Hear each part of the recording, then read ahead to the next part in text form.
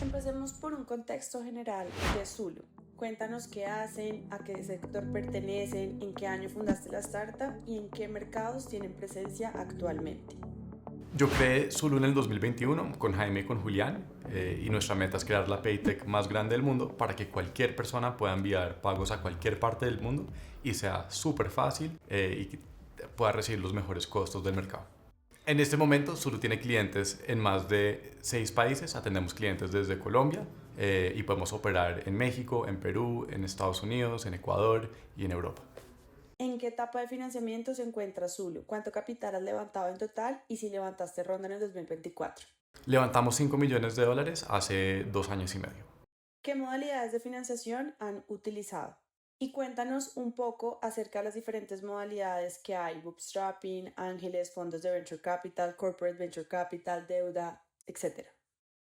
En Zulu siempre hemos levantado vía equity, lo hemos hecho de 2 modalidades distintas. La primera ronda que hicimos la hicimos con SAFES, que es un derecho a equity en el futuro, y la segunda ronda, que es la última que hicimos, lo hicimos como un priced round, que ya era la conversión directa de todos los SAFES, más era una compra adicional de la compañía. Entonces hemos probado con las 2 modalidades y siempre ha sido por la vía de equity.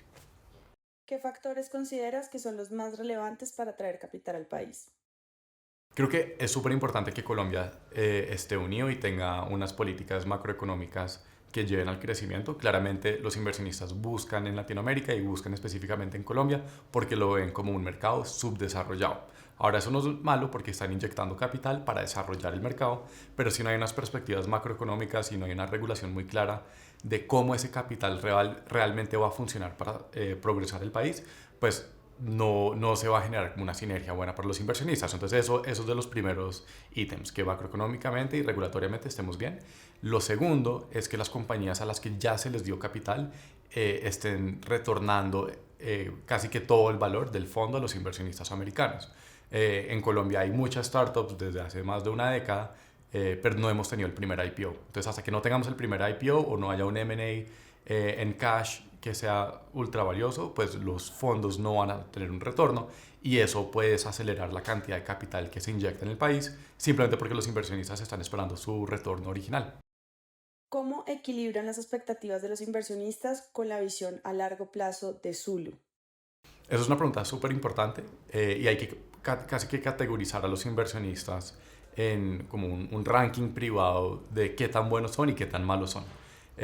Porque hay inversionistas que tú podrías decir que son Tier 1, que entienden muy bien cómo funciona este mundo, llevan décadas o trabajan en firmas que llevan más de 20 o 30 o 40 años en la industria de Venture Capital y ya entienden cómo funciona este negocio. Esos inversionistas generalmente son los que te van a guiar y te van a dar la información correcta para que tú puedas operar tu negocio, para que lo puedas crecer de la forma correcta. Pero de forma contraria puedes encontrar inversionistas que uno podría decir que son un Tier 3, un tercer tier, que no saben correctamente cómo funciona la industria. De pronto llevan 5, 7, 8 años en la industria y todavía no han tenido su primer retorno y lo que generalmente están buscando son unos exits y unas ganancias a corto plazo. Entonces ellos te pueden inducir a que tomes decisiones que son cortoplacistas simplemente para que tú puedas posiblemente levantar la siguiente ronda de la forma más rápida y ellos puedan vender su participación y recibir un 2 o un 3X. Un inversionista de largo plazo lo que está buscando, un inversionista de tercer tier, lo que está buscando es el retorno del fondo. Entonces generalmente lo que están buscando es un retorno de 1000, 500 o 1000 o 2000X y están para el camino completo. Entonces ese inversionista tiene una paciencia muy, muy, muy grande y sabe que es un camino largo. Un inversionista también puede ser malo y saber o esperar un retorno inmediato y eso te puede inducir a tomar las decisiones equivocadas. Entonces al final del día pues te tienes que guiar en lo que tú necesitas para crear una empresa que sea sólida y que pueda crecer. ¿Qué aprendizaje podrías compartir con otros fundadores que están levantando capital o tengan alguna ronda abierta en este momento? Sí, creo que lo más importante no es enfocarse en la capacidad o cuánto dinero has levantado, sino en crear una empresa sólida, ¿sí? Entonces, generalmente si tú te enfocas en crear una compañía que realmente le genera valor a la sociedad, que realmente es capaz de lograr una rentabilidad o unos ingresos sólidos. Eso es lo que los inversionistas más van a estar emocionados por eso. Si te enfocas en simplemente levantar una ronda para poder ir a levantar la siguiente, lo que hemos visto en muchos casos es que no termina siendo el caso del éxito. De pronto es un éxito corto plazo, de mediano plazo, en donde compañías levantan mucho capital, pero las compañías que realmente han podido hacer los IPOs, que realmente han sido exitosos después de 10 años de estar listados en bolsa, son compañías que desde muy temprano se dedicaron a crear su empresa, no a crear un mundo de fantasías y hacer cosas que no funcionan. Al final del día, las personas votan y el mundo del venture capital y de los negocios es como una democracia en donde las personas y los clientes votan con su dinero. Entonces, si tú eres capaz de lograr que las empresas y tus clientes voten con el dinero de ellos sobre tu producto, pues eso es lo que demuestra la atracción. Entonces, eso es la recomendación principal, más que enfocarse en otras métricas o en otro tipo de ámbitos, sino realmente logra que las personas voten con su dinero, y eso es el indicador más importante para crear una empresa sólida. ¿Crees que hay una atracción de inversión en startups de inteligencia artificial? Si es así, ¿cómo la están enfrentando?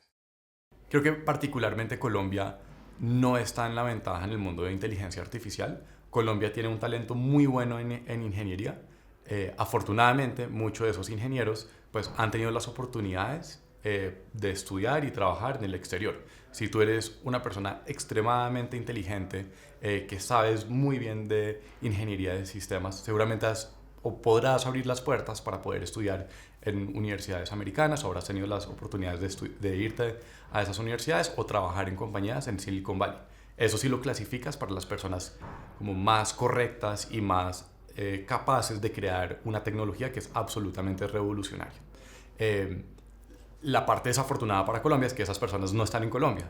Entonces, si tú eres un inversionista, eres un fondo, pues es difícil encontrar una compañía colombiana que tenga el talento para ir a crear inteligencia artificial. Entonces, lo que nosotros vemos mucho son compañías colombianas que adaptan inteligencia artificial, que generalmente son plugins de otras compañías en Estados Unidos, pero realmente venir a crear modelos neuronales o modelos de aprendizaje, realmente no existe el talento en Colombia ni la infraestructura para crear ese conocimiento. Entonces creo que estamos en una desventaja, pero también hay un lado de innovación, y es saber cómo adaptarse a ese mercado e integrarlo y pues crear servicios que utilizan esa inteligencia artificial más que crear la inteligencia artificial. Ahora hablemos un poco sobre las iniciativas del ecosistema. ¿Has participado en incubadoras, aceleradoras, centros de emprendimiento, asociaciones o agremiaciones del ecosistema de startups colombiano? Si es así, ¿cuál o cuáles han sido las más relevantes para ti como fundador o para Zulu como negocio? Para nosotros, Colombia FinTech es absolutamente fundamental para todo lo que hemos hecho en regulación en Colombia. Es un gremio que realmente le aporta a la sociedad, que realmente busca crear un cambio dentro del marco regulatorio colombiano, y ha tenido unos hitos específicos para cambiar el marco regulatorio, trabajar con los reguladores y demostrar que esas compañías que están creando un cambio sí se pueden adaptar a nuevos modelos y que las reglas jueguen a favor. Entonces, para mí, Colombia FinTech es el que se lleva la mayor cantidad de flores en ese sentido. ¿Cómo ves la adopción de soluciones financieras digitales en Colombia y cómo estamos frente a otros países de la región?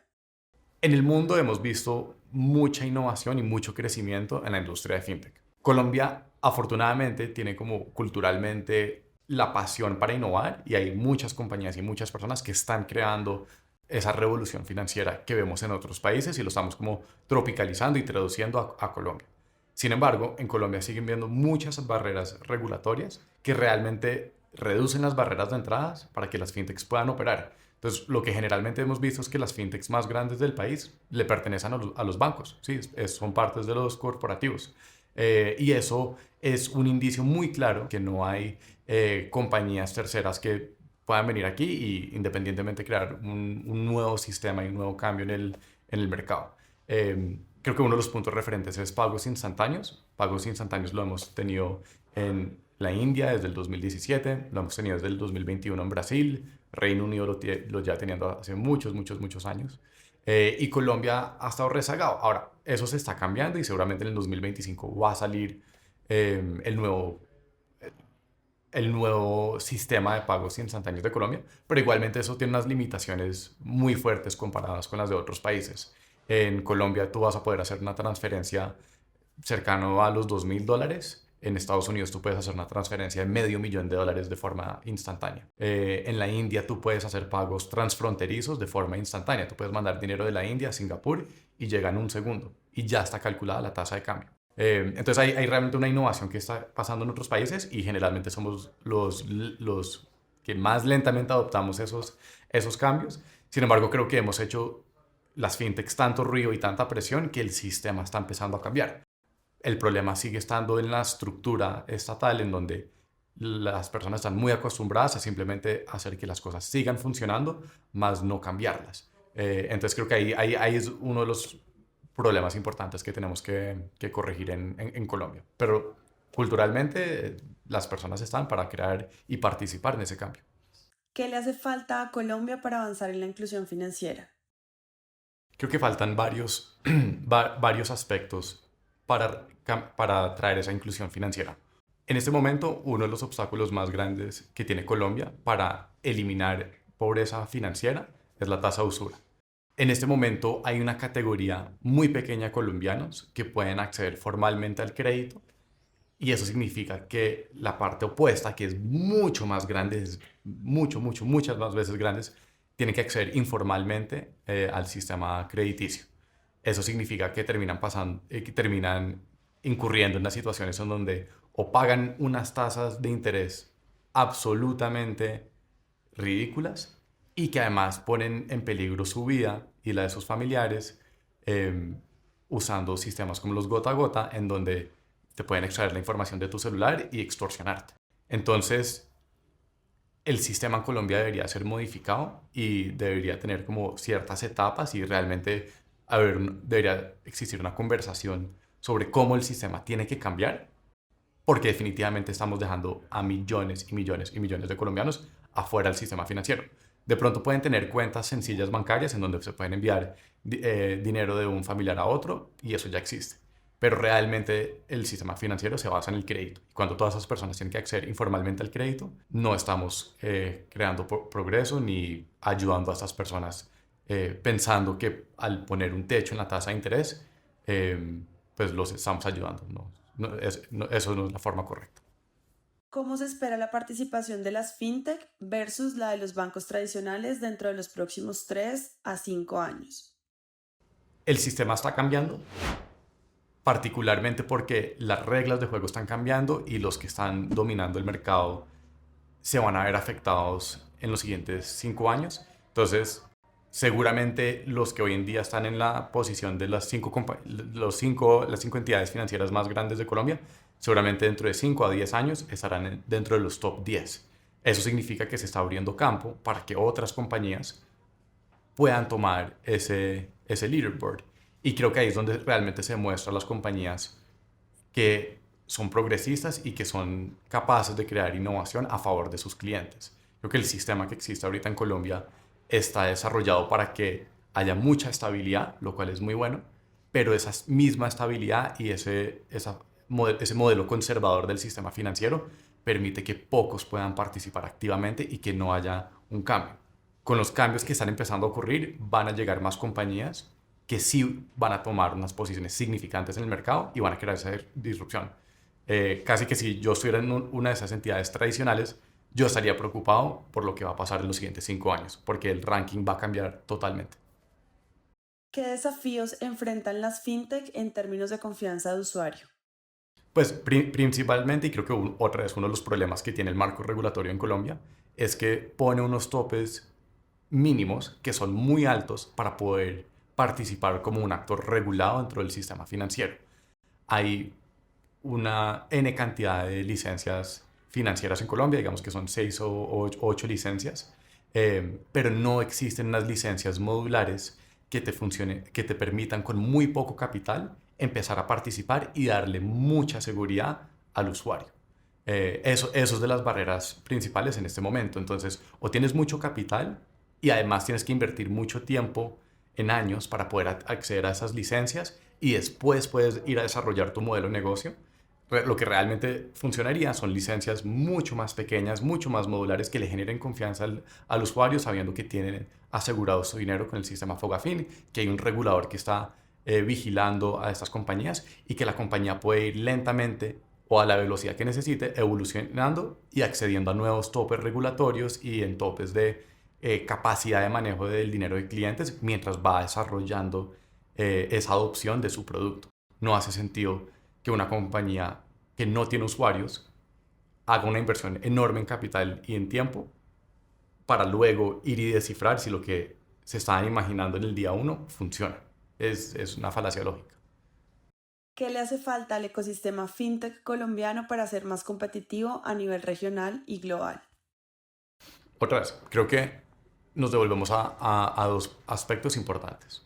Uno, que las reglas de juego permitan que cualquier actor pueda desarrollar nuevos modelos de negocio, que Colombia no tenga una mentalidad de late adopter, sino de innovator o early adopter, y que sea de los pioneros en cambiar las reglas de juego. Y al mismo tiempo un cambio político en donde se enfoca drásticamente en la creación de empresa y en la creación de una economía eh, más emergente y que realmente está tratando de volver rico a todos sus ciudadanos. Cuando tenemos la versión opuesta de esos dos ítems, pues nos quedamos muy rezagados en lo que las fintechs pueden hacer y es la receta perfecta para no ganar en un teatro mundial. Y ahora hablemos del rol de otros actores del ecosistema. ¿Ustedes colaboran con otras startups o con corporativos? Si es así, ¿cómo? Creo que una de las bondades que tiene la cultura colombiana del emprendimiento y la innovación es que entre todos competimos, pero también cooperamos.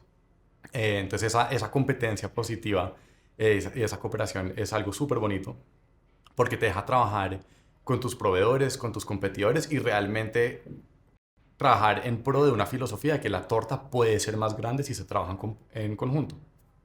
Creo que eso sucede dentro del mundo fintech porque todos estamos casi que con las mismas barreras de entrada y con los mismos problemas, entonces hay casi que una unión entre competidores para cambiar el sistema y crecer la torta. Sin embargo, desde el mundo corporativo eso no sucede precisamente porque está desarrollado el sistema para que los corporativos puedan seguir estando como en su status quo y no tengan unas amenazas hacia sus empresas o hacia su mercado, lo cual al final del día hacia el usuario, hacia el consumidor, hace que no haya un beneficio. ¿Sí? El status quo sigue siendo exactamente el mismo. Entonces, donde no vemos una cooperación muy grande es cooperativos aliándose con fintechs y diciendo, listo, podemos aprender de ustedes, trabajar de la mano de ustedes y crear nuevos mercados. En un mundo idealista, un corporativo diría, yo no conozco este nuevo mercado, me asocio con alguien mucho más chiquito que sí lo sabe transformar y generar unas utilidades y en conjunto se agranda la torta. Pero muchas veces tratamos o sentimos que los corporativos tratan de dominar y de ser el más grande del cuarto y eso hace que no cooperen con empresas que los pueden ayudar en ese camino. Entonces ahí hay dos formas de filosofía distintas en Colombia. ¿Cuál consideras que debería ser el rol fundamental del corporativo en el desarrollo del ecosistema de startups? ¿Conoces alguna buena práctica? En mi opinión personal, la mejor estrategia para un cooperativo es ayudar y trabajar de la mano de una fintech. Hay muchas cosas por las cuales las fintechs ganan. Logran crear tecnología transformadora, logran entender un mercado nuevo que los corporativos simplemente no saben que existen o que no saben cómo funcionan las reglas de juego. Entonces podría existir un mercado mucho más grande en Colombia de fusiones y adquisiciones desde el lado de corporativos para realmente entrar en mercados nuevos y tener como una cultura de innovación o intrainnovación para expandir la torta interna de ellos. Sin embargo, creo que lo que se aplica es la forma contraria y pues no se expande la torta y no hay innovación. ¿Qué deberían hacer las universidades o centros de educación para fortalecer el ecosistema de startups del país? Creo que desde las universidades hay mucho progreso. Hay un cambio drástico en los últimos 5 años desde la pandemia, para entender cómo funciona el mundo del venture capital y el mundo de las startups, pero todavía nos queda mucho para seguir desarrollando. Colombia tiene unas universidades públicas y privadas que son increíbles en la capacidad de educación y en la formación de personas. Sin embargo, muchas de las rutas que se siguen pintando para los egresados es tomar caminos de poco riesgo o tomar caminos de tomar unas rutas tradicionales. Creo que donde se puede cambiar en el sistema educativo es realmente enseñar a las personas, sin importar la carrera que estén estudiando, a entender cómo funciona el mundo empresarial y que crear una empresa, aunque uno seguramente va a fracasar y que seguramente va a ser un camino súper arduo, es una oportunidad que abre muchas más puertas a futuro.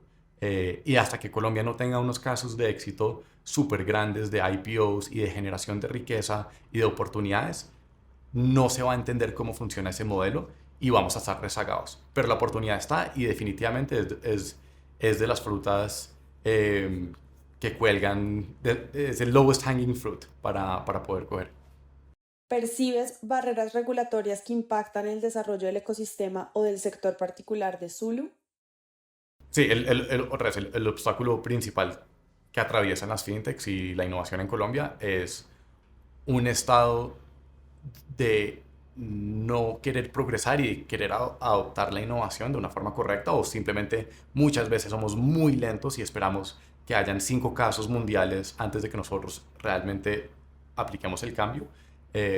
Entonces, un cambio regulatorio y un cambio de concepción de cómo se atraviesa la innovación es algo que es crítico para el progreso de Colombia. Uno lo puede mirar en Estados Unidos, el cambio político que ha sucedido en los últimos meses, y están en la materia de bajar todas las barreras de entradas.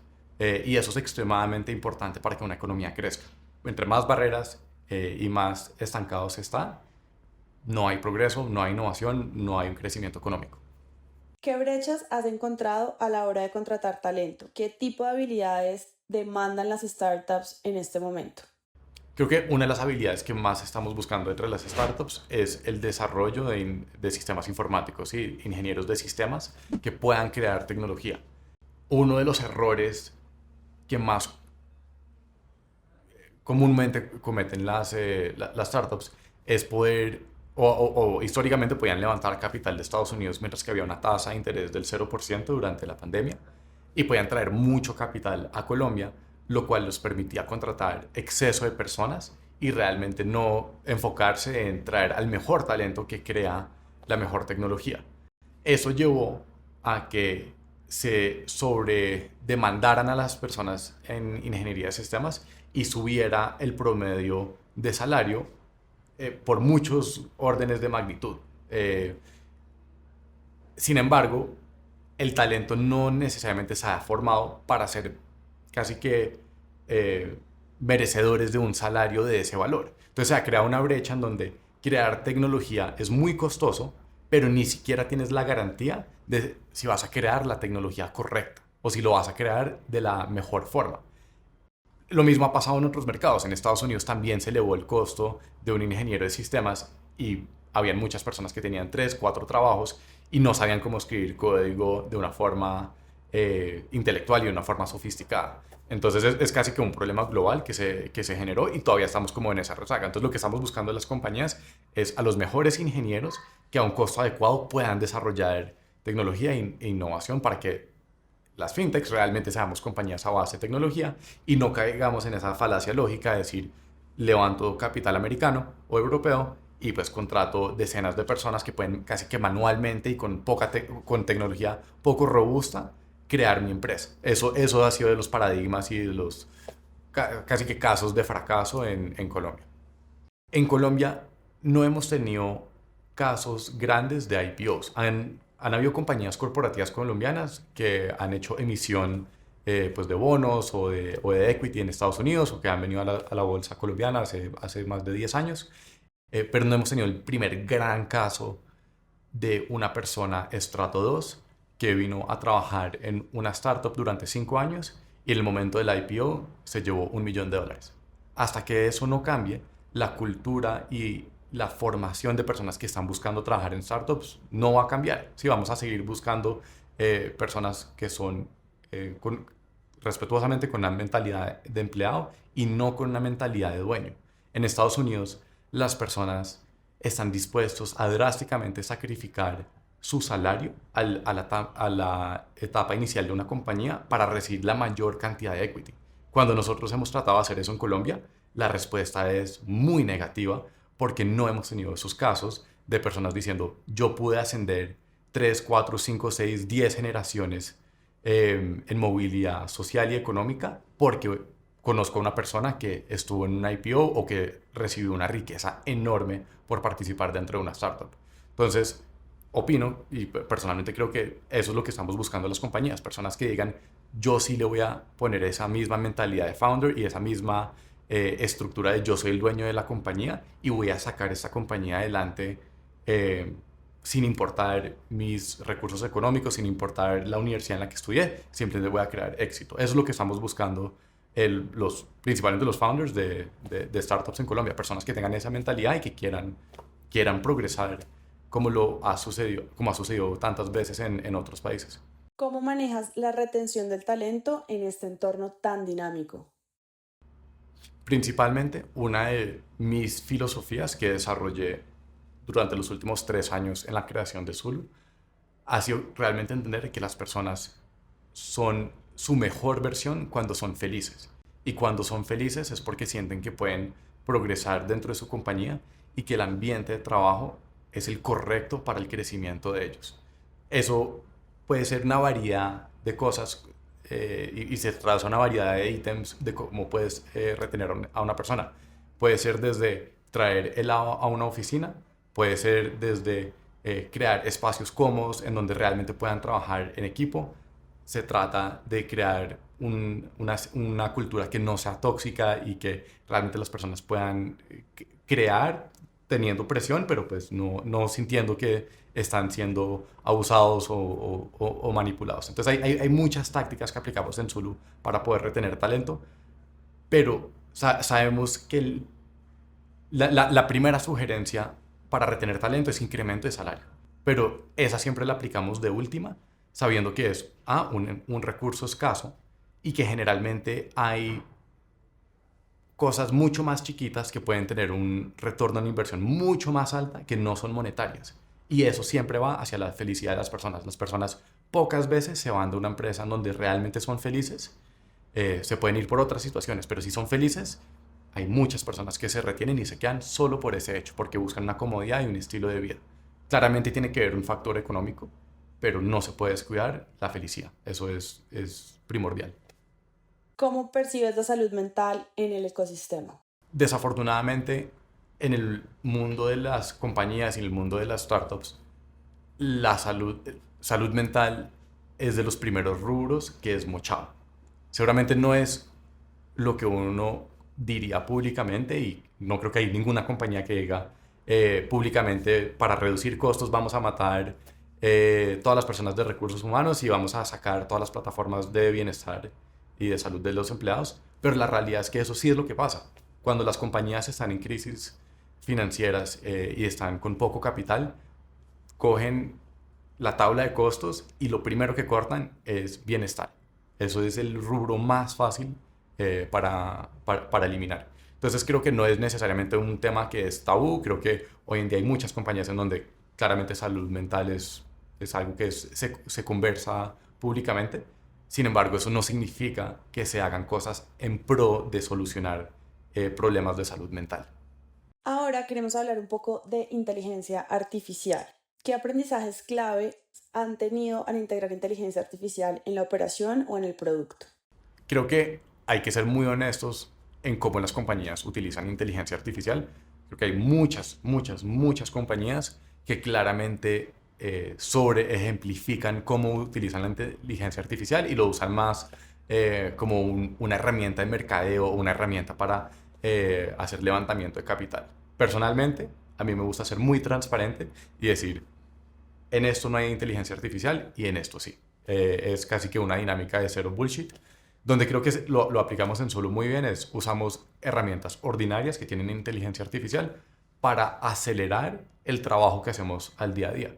Eso puede ser tan sencillo como una respuesta como pagamos ChatGPT Premium y lo utilizamos de la forma correcta y hemos creado varios GPTs internos para poder hacer unos tasks muy pequeños, pero de una forma muy efectiva. No significa que estamos revolucionando los pagos internacionales con inteligencia artificial. Simplemente es la aceleración del trabajo y el progreso de cómo creamos innovación dentro de Zulu. Sí hay un espacio en donde utilizamos inteligencia artificial para acelerar el crecimiento de la compañía y sí lo utilizamos en ciertos momentos para acelerar la velocidad con la que procesamos pagos y realmente entender el historial y las dinámicas de nuestros clientes.